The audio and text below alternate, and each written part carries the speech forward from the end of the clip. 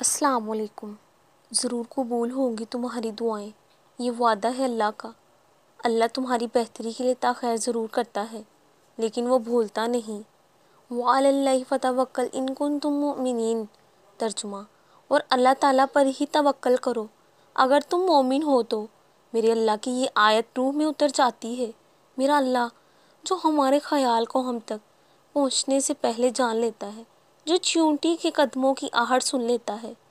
کیا وہ تمہاری تڑپ کے طویل سجدوں سے واقف نہیں؟ کیا وہ تمہاری خاموش آنسوؤں سے بے خبر ہے؟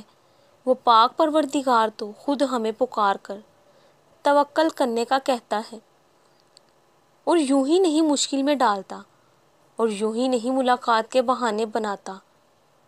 کچھ بھاتا ہے اس کو تبھی وہ چنتا ہے۔